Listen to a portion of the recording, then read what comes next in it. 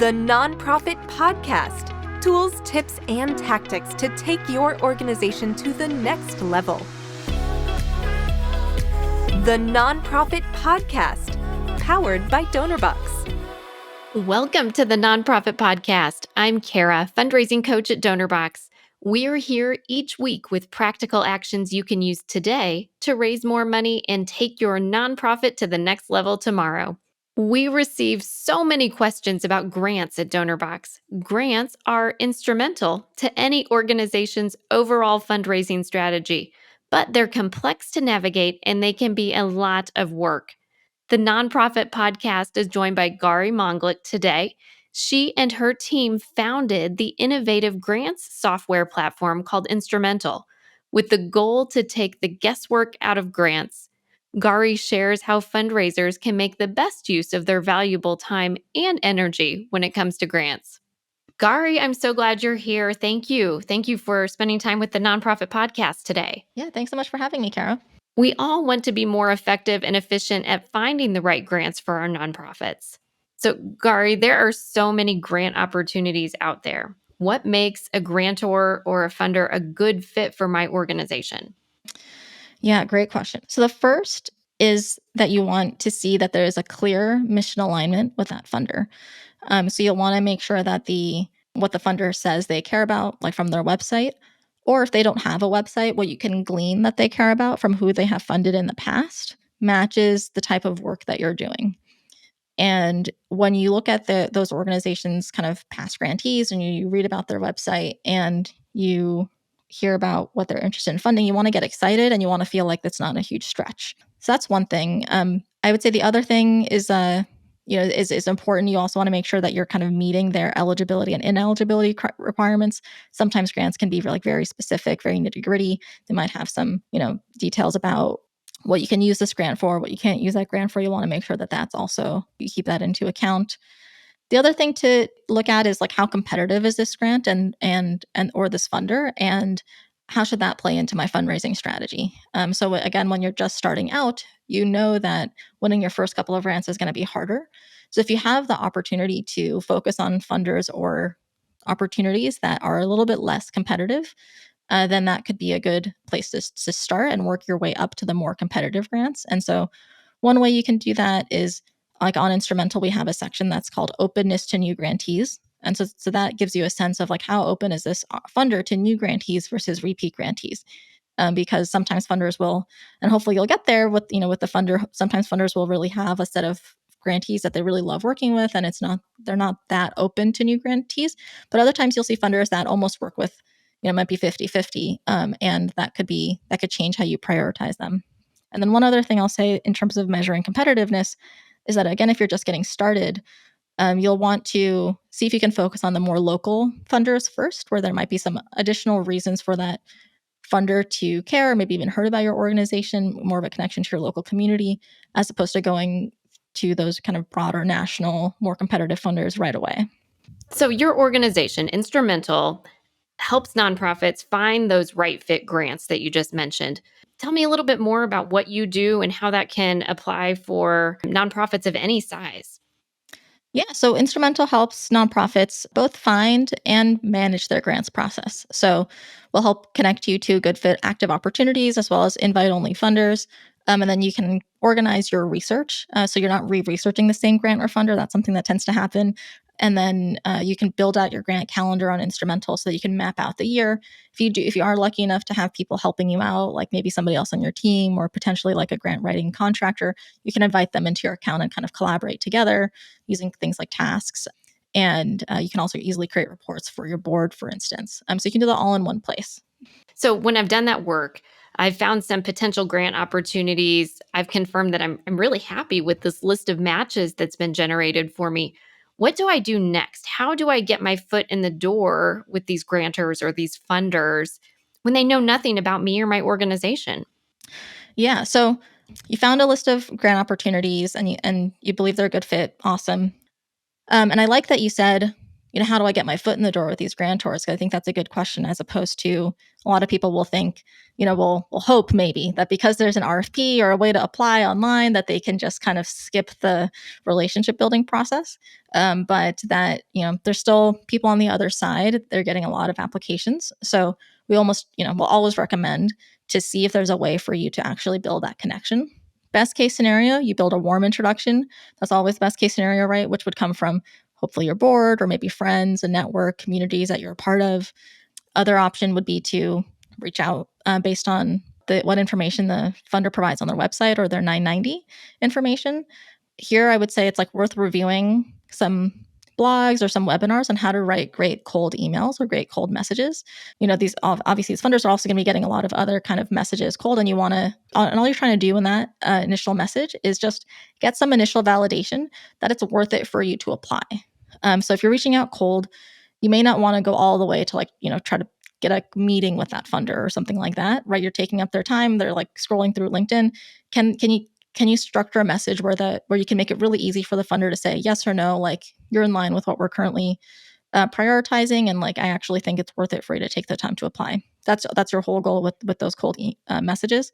The other thing, one other tip on that is if you can't find email information online or on their 990, is to check out LinkedIn Sales Navigator as a potential option to be able to send them a LinkedIn in-mail that I think you get like 50 or 100 per month, and that's also something to consider. And then one other type of way to potentially get your foot in the door that I don't hear people talking about too often is to consider trying to build a connection through a grantee of that funder, which you can also generally see either on their website or on their 990 data. And here you want to be sensitive. I think here it's also great to like research best practices on writing a cold email. But I would say first, when you first approach them, you don't want to go directly for an introduction by any means, and that might not even be the outcome. But you just want to try to get to know them and see what their process was for applying to that funder. They needed an intro to make that grant happen. Maybe they didn't, and that would be a good piece of intel for you. And then if you build a good relationship with that grantee, maybe at some point it'll kind of be the natural outcome where they'll be open to providing that intro. We know that relationships are critical in every element of fundraising and development. So thank you. Thank you for sharing that with us. And as fundraisers, we have to be relationship builders. I've heard a lot of similarities between the grantor-grantee relationship and the donor relationship with the organization. So when I compare my fundraising strategy for individual donors to my fundraising strategy for grants, you've shared a few commonalities there. What are some other similarities? Yeah, so there's a number of similarities, as you mentioned. There's a heavy component on relationships. You can kind of think of them similar to how you would think of your major donors. Stories are important. Impact is important. You want them to be repeat donors, repeat givers. You want to focus on that stewardship component, that relationship building component. I would say that the difference with individuals and grants is that, okay, there's a couple. One is with grants, there tends to be just like a longer feedback cycle of being able to get your process to a place that you feel confident that you're on the right track. Especially when you're just getting started, some of your process is going to be dependent on when the deadlines are and things like that, or how quickly you can find those good fit funders. But once you apply, it could be a couple months before you hear back. And like that over time, it just means that it's going to take a longer time for you to incorporate the feedback that you're hearing in response to those grants, whether it's both positive or negative, into your just overall strategy and learning. And I would say the other thing that's kind of related is that it can take more upfront time before that whole fundraising channel will become ROI positive. Because of that longer feedback cycle, when people are just starting out with grants, I'll typically recommend giving it like 2 years because you need that time to incorporate that feedback. When you just start out, it's going to be harder to win those first couple of grants because it's like that chicken and egg problem where the more grants you win, the easier it is to win grants. Funders will feel like you're kind of validated by other funders. You've then received those grants and done great things with them. You'll be able to show that more. And so that your first couple of grants will be harder to win. And if you give up during that point, you can really miss out on the kind of future kind of ROI positive aspect of it that will come later. But again, you'll have to make sure that you have the capacity in your team and the ability to prioritize it amongst other fundraising channels to really do that. And so, for that reason, like I said before, it might not make sense to have that be your first fundraising kind of strategy. you might want to make sure you've kind of fundraised from the most kind of the fastest feedback back cycle kind of channel you can, so that you can think of that as a way for you to get kind of the minimum viable program for you to demonstrate some sort of impact, and then build that kind of cycle so that you can then eventually pursue institutional funders. Many of our organizations right now are navigating year-end fundraising. What's the best way to navigate grants when they already have a lot going on? Taking on grants can be a big responsibility. Typically recommend mapping out like a kind of a grant calendar. And you'd want to, if you were really ready to kind of start applying for grants, you'd want to kind of invest some time up front, making sure you have the right grant strategy, making sure that you hopefully take some grant writing classes, watch some webinars online, and then find a comprehensive source of funders and opportunities to consider, prioritize that list, and then, like I said, build out that grant calendar. And if you're a fundraising person or an executive director and you're kind of juggling multiple things, and then what you'll want to do when you build out that grant calendar is keep in mind your other initiatives and efforts. So if you know you're going to be busy at a certain time, that might be a time to actually not write any grants, because you kind of will be writing those grants at other parts of the year when you're actually going to have that time. Sometimes it's tricky, deadlines aren't always going to be aligned to your schedule. Usually I find that, when people are just getting started, they might be tempted to kind of apply to things as they come across their desk. But that can often be a very stressful way to apply for grants, because then you feel like you need to do that on top of other things that you're doing, and you're already busy. And so you might get lucky and have some wins that way, but usually we find that kind of takes some proactive, intentional strategy to really be successful with grants in the longer term. So carving out that time to work on the grants outside of the time when you're crafting appeals and trying to get mailers in the mail, that might be the best approach. Yeah, that's what I would say. First thing I would do, like I said, build out that grant calendar. One thing that you can do is space out your rolling grants, because they don't have hard deadlines, and to kind of drip those in as you have gaps between other hard deadlines. Okay, I'm going to move to a technical question here. In your opinion, what are some must-have components to a really good grant proposal? I would say, in terms of must-have components of a good grant proposal, there's probably three things that I would focus on. The first is in the kind of history of organization section. What you want to be able to prove out there is, why are you the organization to take this on? What have your past successes looked like?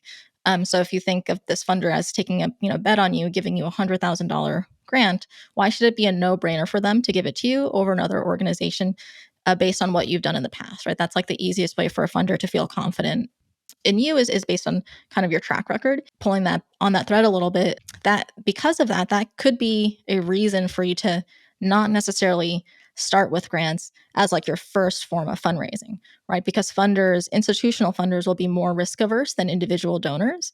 They want that track record. They want to have seen some sort of indication that you can be a good recipient of $100,000, for example. You don't need to have received $100,000 from another grant in the past, but you just need to have some sort of demonstration that they can feel confident that it makes sense for them to give that to you.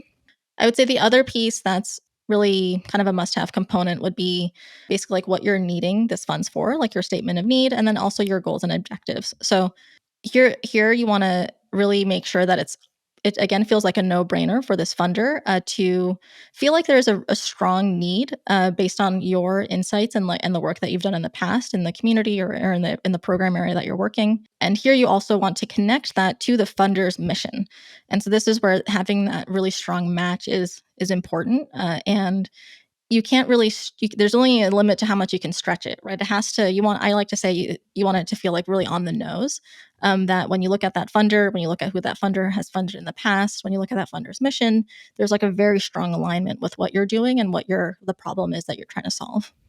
And then I'd say the other thing to consider is an evaluation plan. That's something that I think funders like to see, is that you have a critical eye to making sure that this particular program is going to have an impact, and like how you're going to be measuring that, and hopefully following up with the funder on those successes.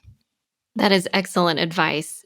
So if someone wants to know more about Instrumentl or grants in general, where should they go to learn? They can, for both of those, you can check out Instrumentl. So it's www.instrumentl.com. So it's spelled instrument and then the letter L.com. /r/NP pod. So it's a special link for your listeners that I can send you for the show notes. And if you go to Instrumentl's homepage, you'll see that you can sign up for a 14-day free trial. You can check it out, totally for free. So at the very least, you'll come away with some hopefully great opportunities for you to pursue. And if you decide that you'd like to move forward with a subscription after, you can, certainly do that. And for those folks, we have a coupon, Donorbox 50, that you can use to get $50 off your annual or monthly subscription. But even if you're not ready to kind of actually choose a platform, you're not ready to go full into grants because you have other things that you're prioritizing and you want to concentrate your efforts there, which can be totally the right decision to make. You can check out our blog, instrumentl.com/blog, and there's tons of free resources there just in terms of how do I know that I'm grant ready? What are the kind of tips for a grant proposal? That we have webinars with experts almost every week at this point, and it's totally free content. And so you can just start to consume and just start to plant those seeds so that when it becomes a better time for you to apply for grants, you kind of have some of the knowledge in place. So start learning, build it into your overall fundraising strategy, and then you'll be ready to knock it out of the park when you get all these fabulous matches from Instrumentl. Exactly. And then the dollars will just start rolling in. Thank you so much for joining us today. Thanks for having me. This was fun. For many organizations, grants are truly instrumental to raising significant money if your organization is ready. Before jumping in to apply for grants, take the time to find those that are really good fits for your organization and start building relationships with these grantors. As with any good fundraising program, relationships are key. Gauri shared some great resources at instrumentl.com, including a special promo for you, our nonprofit podcast listeners, plus some great go-to resources to get you ready for grants. You can find those in today's show notes. And while you're there, don't forget to download and review the podcast today, or give it a thumbs up if you're listening to the Nonprofit Podcast on YouTube. Your review is a great way to help others find us. Thank you for choosing to spend time with the Nonprofit Podcast today. I hope you've left with confidence to take a small step today that will make a big difference tomorrow. You're here to help others. We're here to help you. Until next time, stay inspired. The Nonprofit Podcast, powered by Donorbox, helping you help others.